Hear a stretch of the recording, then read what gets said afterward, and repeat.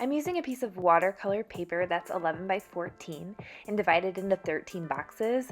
The size of the boxes really doesn't matter too much.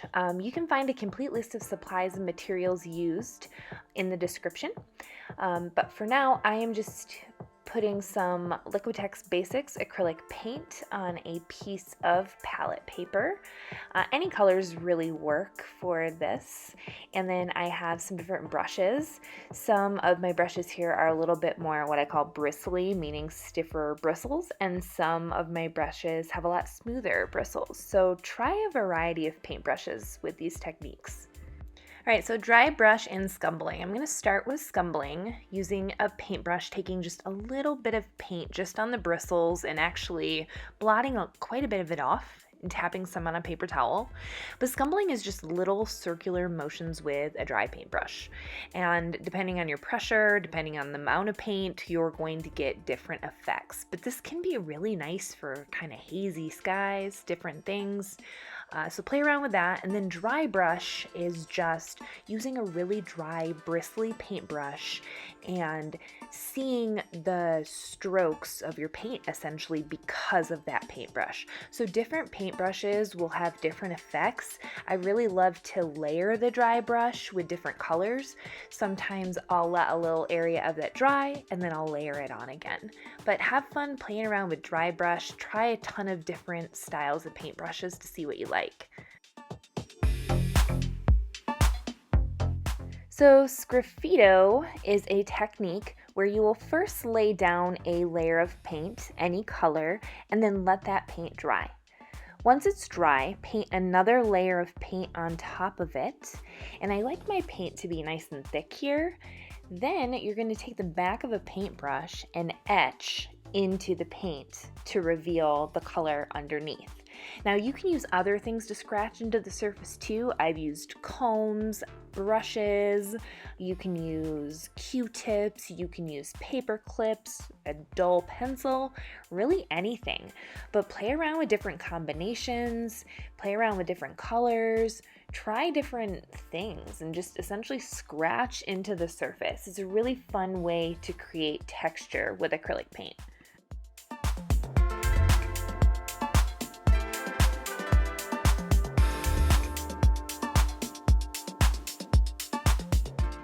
Wet on wet is a technique traditionally used for watercolor, and it's wet on wet because you start with water. Just dip your paintbrush in some clean water, put it on the paper, and then you're going to tap your acrylic paint into the water.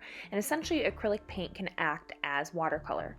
Now, you may be concerned, if I water my paint down too much, will it not bind to the paper? Will it crack? And there is a longer answer to that question, but to keep it simple, I will say as long as you're using high quality acrylic paint like Liquitex, Golden, any of those brands, your paint is going to be fine. Acrylic paint can be watered down to create washes. It's a great way to paint. Try it. It will adhere to canvas. It will adhere to watercolor paper. You can see here I'm blotting it a little bit, so sometimes I'll blot it. If it's too wet, try letting it dry for a bit and then adding another layer. So here I'm rolling on some more water and then tapping more acrylic paint into it. And you can see this way it's a little bit more saturated. You can build up layers this way.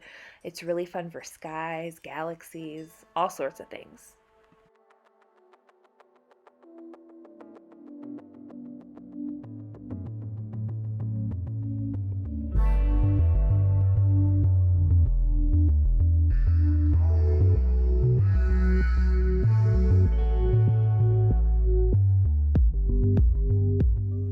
So glazing is a technique that first you start with dry paint. Now I'm just going to paint a swatch for this example, but you can glaze on top of any area of paint that's already dry on your paper or canvas. So just painting this area, letting it dry. Forgot my label too, so let's label it, it's glazing. And then you can also think of this as an overlay too, but let your paint dry. Then you can glaze a couple different ways. So one is creating a wash, just like we did with wet on wet, and then applying that wash over top of the existing dry paint. So you can see that wash kind of has a translucent effect over the dry, more opaque paint and creates a different effect. Now you can use matte medium. Liquitex actually makes glazing medium as well, and that gives you a little bit of a different effect than water. So if you don't have mediums, you can always use water, but I often like to use glazing medium because it gives it a little bit of a shine. And then the matte medium is a matte finish, but it just has a different quality than the water. It's just a different sort of effect. It almost covers it a little bit more even with the matte medium.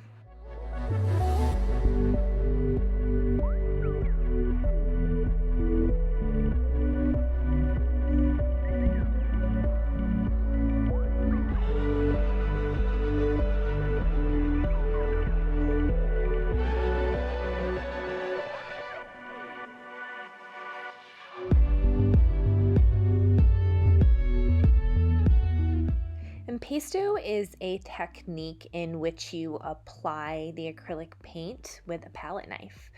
If you don't have a palette knife, you could also use like a popsicle stick, but basically you can kind of scoop it on, you can scrape it off. It's all about texture with impasto. So you can try different colors, you can kind of blend it, layer it, scratch it off, do all sorts of things. If you kind of scratch it too, it almost creates like a cool stained effect on your paper, so sometimes I like to do that. I think that can be fun. You can also let it dry for a little bit. I've mentioned that with some other techniques. Acrylic paint is so layerable, so sometimes letting it dry and then building it up creates a totally different effect than if you layer it all up while it's still damp too. But impasto is super fun. It's how you get lots of texture. Acrylic paint dries too, and it really keeps that texture, again, if you're using really high quality acrylic paint. So modeling paste. Modeling paste dries, it's white and dries rock solid, so you can get some really awesome texture. You can scoop it with a palette knife, a brush, popsicle stick, whatever you have will work. I'm scooping some on my palette paper here and mixing it with the paint. So this is one option. You can take the modeling paste, mix it directly with the paint and apply it. You could do an impasto effect like this, or you could paint it on with a paintbrush. It really depends what you want to do. You can also use the modeling paste just as it is too and apply it to your paper, to your canvas. It'll adhere to wood, whatever your surface is, and you can then apply it, let it dry so it builds up that texture, and then you can coat paint over top of it that way too. So two different ways you can use the modeling paste.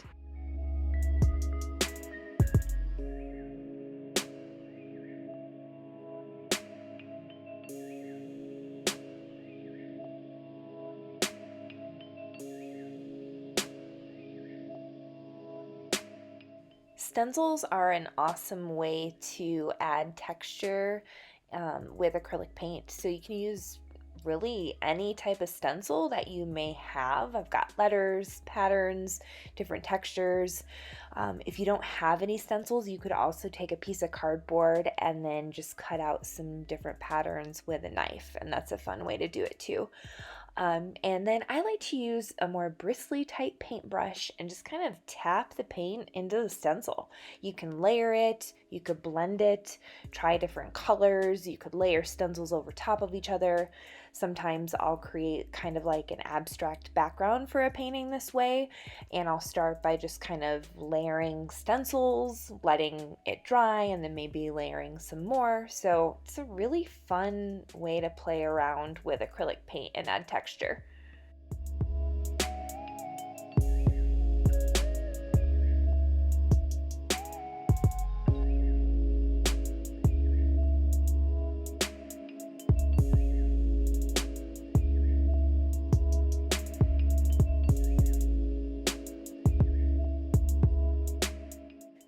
sponge is another way to add texture, and you can also use a foam paintbrush if you don't happen to have a sponge, but I've used like kitchen sponges before. This is like a sea sponge, so really any type of sponge. You can just kind of tap the acrylic paint on. You could use multiple colors together to create more of a blended effect, which is what I'm doing here. And you can see it's softer when you do it this way versus if you let the paint dry for a little bit and then try layering it on with the sponge again, you'll notice you'll get a different effect. It's going to build it up, make it more opaque. You're seeing more texture. It's not as soft this way. For masking, you could use masking tape, you could use washi tape. I like to use scissors just so I can trim it, cut it after the fact. If you're using masking tape, try putting it like on your sleeve to remove some of the stickiness from the tape because you don't want your paper to rip. If you're using canvas, you don't really have to worry about that, but for actual watercolor paper, that's a little trick I like to use. But you could just basically masking is saving the white of the paper and you could paint over top of it. So you could create a pattern, a design, you could write letters, whatever you want to do, and then you can apply the acrylic paint over top of it. And you could, really do whatever. You could also combine one of the other techniques if you wanted to, like sponge, or you could impasto over top, or whatever you decide to do. I'm just gonna kind of layer some different blues over top. And then one thing I think that's helpful I'll mention, and you can decide for yourself, but I feel like it's best to remove the tape when the paint is still kind of wet, because the edges just usually seem cleaner to me. But you could try some of both. Maybe I'll try some while it's wet, and then I'll leave some on and wait for it to dry, and then I can compare and see which is better.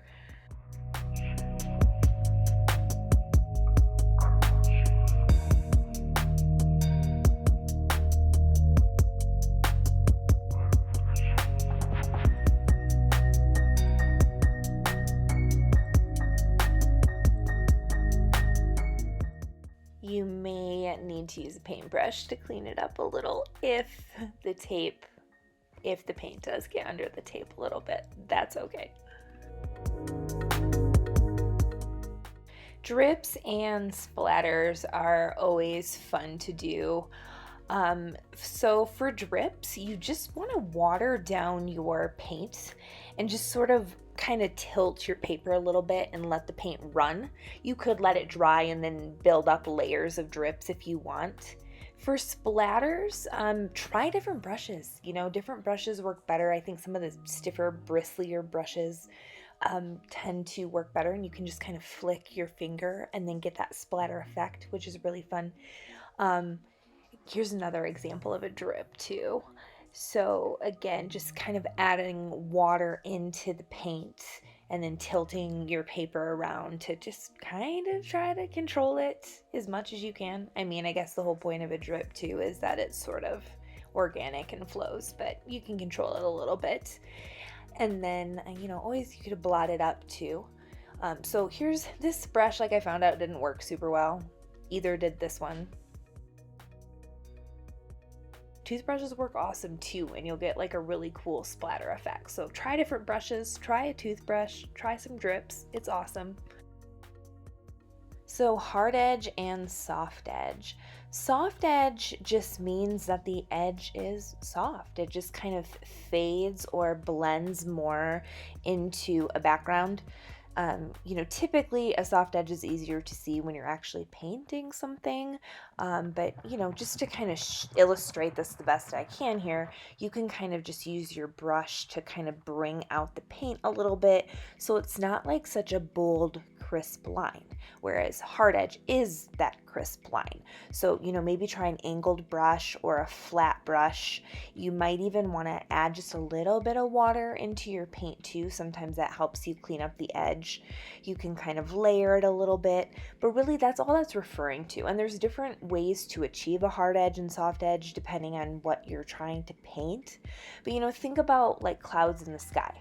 When you're looking at clouds, some edges are really soft as they blend into the sky, and some edges are hard and crisp, so it's good to kind of pay attention to the different types of edges. And here's just another example of this. And again, if you look at a painting, any acrylic painting, really, you're going to see these types of edges, and the more art you look at, the more examples that you'll have. So I always think that's a really good idea. But yeah, play around with your edges, practice softening. You could always use a dry brush to blend or soften the edges too after the fact. That's always a really good way to blend. So gel medium is an acrylic medium that's basically clear acrylic paint.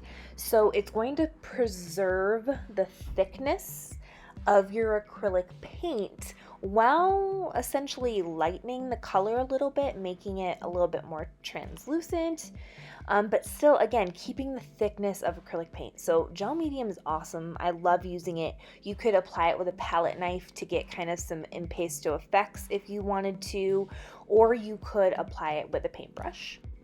Layered just refers to applying the paint on your paper and mixing it directly on your paper beforehand.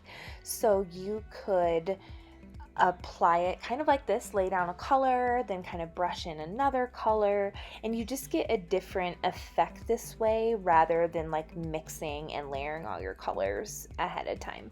So you could let areas of it dry if you wanted to, and then kind of build up some layers that way, kind of however you want to do it. But it's fun to sort of mix the paint directly on your paper rather than ahead of time. Like I said, you just get a different effect that can be really fun with acrylic paint.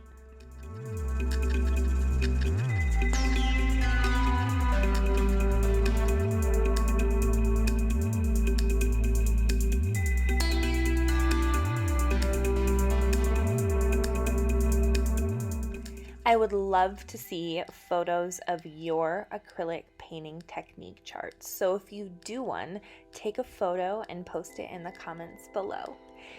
Thanks so much for watching this tutorial. I hope you enjoyed it. If you have other ideas for future tutorials, please let me know in the comments as well. Please like and subscribe. Thanks.